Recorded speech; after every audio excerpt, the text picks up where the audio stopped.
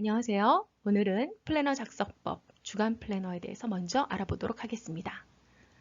자, 여러분들이 받았을 때에 이 위클리 플랜 폈을 때 처음 나오는 부분이죠. 거기에 몇 월 몇째 주부터 먼저 기록을 해주세요. 지금은 2월이고요. 그쵸? 마지막 주, 넷째 주라고 표시해도 괜찮습니다. 자, 진로 목표와 학습 목표를 그 다음에 적을 건데요.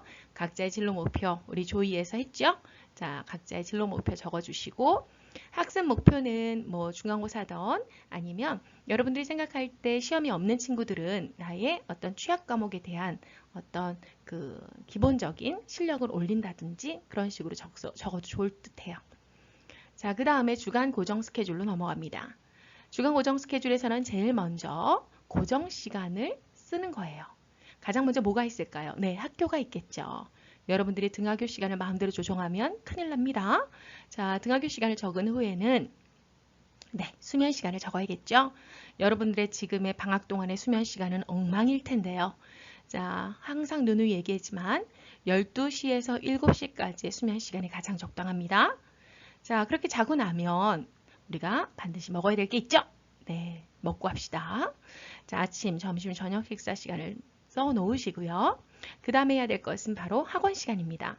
여기 오는 센터 시간도 마찬가지로 고정 시간이 될 수 있겠죠. 자, 여러분들이 이렇게 고정 시간을 표시한 후에 그 다음에 해야 될 내용은 바로 가용 시간을 세는 겁니다. 자, 이렇게 빨갛게 표시된 가용 시간은 여러분들이 마음대로 활용할 수 있는 시간이죠. 이 시간을 어떻게 활용하느냐가 여러분들의 성적을 결정한다라고 이야기했습니다. 자, 이 가용 시간을 잘 표시하시고 주말을 볼까요? 와, 주말은 여전히 가용 시간이 많습니다. 자, 뭐 고등학교 3학년 같은 경우는 고등부 같은 경우는 특히 주말에 학원이 몰려 있는 경우도 많지만 대부분의 중학생들까지는 주말에 많은 가용 시간이 있죠. 이 시간을 잘 활용하는 것이 여러분들에게 한 주간의 학습을 마무리하고 또 그 다음 한 주를 대비하는 좋은 시간대가 될 수 있습니다. 자, 여기까지 하신 다음에 그 다음에는 네, 본인이 생각할 때 황금 시간, 골든타임이라고 우리가 보통 얘기하는데 가장 집중이 잘 되는 시간대를 표시하는 것이 좋겠습니다. 자, 황금 시간이 이렇게 저녁 시간에 많이 몰려 있을 수도 있고요. 보통은 낮 시간일 수도 있어요. 황금 시간의 개념과 정의는 여러분들이 조이에서 배워서 아실 테지만 보통 우리가 주의 집중이 잘 되고 유혹이 적고 공부가 잘 되는 시간대라고 얘기했습니다. 학교에 있는 시간이 황금 시간대면 또 그것도 나름대로 의미가 있습니다. 자, 그 다음에 넘어가야 될 것은 바로 주간 학습 계획입니다. 주간 학습 계획은 매일매일 혹은 주기적으로 주간 동안에 내가 공부할 계획들을 학교와 학원 수업을 제외하고 적어보는 거죠. 당일 복습이 가장 중요합니다. 모든 아이들은 학교에 다녀와서 그날 배운 내용을 그날 복습하는 것이 너무너무 중요합니다. 당일 복습은 하루도 빠지지 않고 꼭 해주셨으면 좋겠고요. 시간은 30분 정도면 충분합니다. 그리고 영단어와 수학 같은 경우는 매일매일 조금씩 공부해 놓는 것이 감을 잃지 않고 굉장히 학습 효과를 극대화시킬 수 있는 방법이라고 이야기해 줬죠. 온라인 학습도 이 주간 학습 계획에 포함될 수 있겠네요. 자, 그 다음엔 주간 중요 일정입니다. 주간 중요 일정은 우리가 뭐 여러 가지의 학교나 아니면 가정에서 있을 수 있는 일정들을 미리 알아놓는 거예요. 그래야 우리가 대비하고 그것에 맞는 플랜을 짤 수 있겠죠. 자, 그 다음으로 넘어갈게요. 그 다음 데일리 플랜으로 넘어갑니다.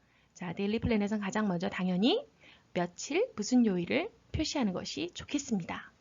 여러분들이 이제 2월 마지막 주에 작성하게 될 텐데요. 자, 2월 뭐 23일부터라면 무슨 요일 이렇게 쓰면 됩니다.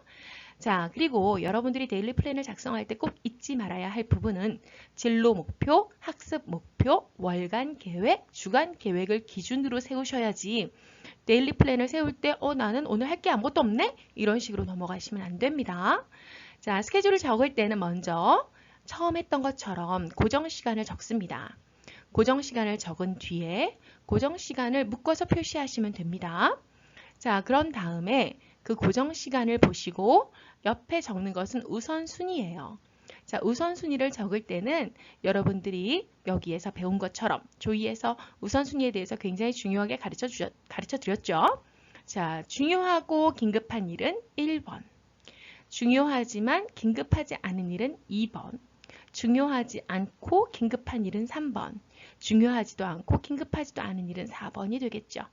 자, 여러분들이 이렇게 우선순위에 따라서 여러분들의 그 생활들을 한눈에 보신다면 여러분들이 어느 시간대에 어떻게 활용하고 있는지를 한눈에 아실 수 있습니다. 자, 그리고 나머지 시간들을 채워 넣으면 좋을 것 같아요. 우리가 하루를 보낼 때에 1시간을 아무것도 안 하고 넘어가진 않겠죠. 자, 그런데 정말 아무것도 안 할 수도 있어요. 그렇죠? 핸드폰을 하실 수도 있고 멍을 때릴 수도 있겠죠. 그런 것도 써 넣어 보세요. 그런데 정말 그것을 계획에 넣기는 참 어렵습니다. 자, 그렇게 해서 우선순위를 넣으셔도 되고 우선순위 맨 마지막에 결과를 평가할 때에 넣으셔도 괜찮습니다. 물론 1, 2로 다 채워주면 좋겠지만 3, 4까지도 여러분들이 보실 수 있을 거예요. 멍 때리기 이런 것들은 4번인데 은근히 여러분들의 스케줄을 바라보면 멍 때린 시간들이 정말 많답니다. 자, 그런 다음에 해야 될 건 자투리 시간을 사용 계획을 세워 넣는 겁니다. 가장 좋은 건 독서죠. 그런데 독서하기가 여러분들이 참 쉽진 않을 겁니다. 그런데 한 주에 혹은 한 달에 한 권 정도의 필독 도서는 책정한 상태에서 자투리 시간이 날 때마다 조금씩 읽어 나가는 것도 정말로 권면하는 바입니다. 자, 그리고 독서라는 것에 대해서의 이점은 그리고 이것에 대한 필요성은 아무리 강조해도 지나치지 않겠죠? 자투리 시간 사용 계획에서 물론 독서만 있진 않습니다. 여러 가지로 있을 수 있지만 가장 선생님이 볼 때는 여러분들에게 도움이 되는 건 챕터가 좀 짧게 나눠진 그런 책들을 지속적으로 읽는 것도 괜찮고요. 아니면 영어 단어를 외우는 것도 굉장히 좋습니다. 그래서 단어집을 가지고 다니면서 여러분들이 외워주는 거 그 모습 아주 아름답죠. 그리고 수학에 대한 그런 어떤 공식집을 가지고 다니는 것도 괜찮습니다. 자, 그런 식으로 자투리 시간의 사용 계획이 있는 것과 없는 것은 엄청난 차이가 있다고 했어요. 자, 자투리 시간 사용 계획 잘 세워보세요. 자, 그 다음에 우리가 해야 될 것들은 오늘의 학습 및 생활 계획을 써 넣는 겁니다. 여기에서는 학습뿐만 아니라 생활 계획도 적을 수 있는데요. 일단 먼저 학습을 써 넣는 게 좋겠습니다. 그리고 당일 복습은 정말 빼먹지 말고 매일매일 해달라고 했죠. 자, 그리고 과제 같은 경우도 미리미리 정확하게 어디 부분인지를 체크하고 그 부분을 해나갈 때 여러분들이 학원을 다니는 효과를 100만 배로 만들 수 있다는 거죠. 자, 그렇게 다 한 다음에는 결과를 체크해 보는 것도 좋겠습니다. 그래서 결과를 보시면서 이렇게 완료, 취소, 연기 이런 식으로 써도 괜찮고요. O, 세모, X 이런 식으로 써도 괜찮겠죠? 그리고 체크하시고요.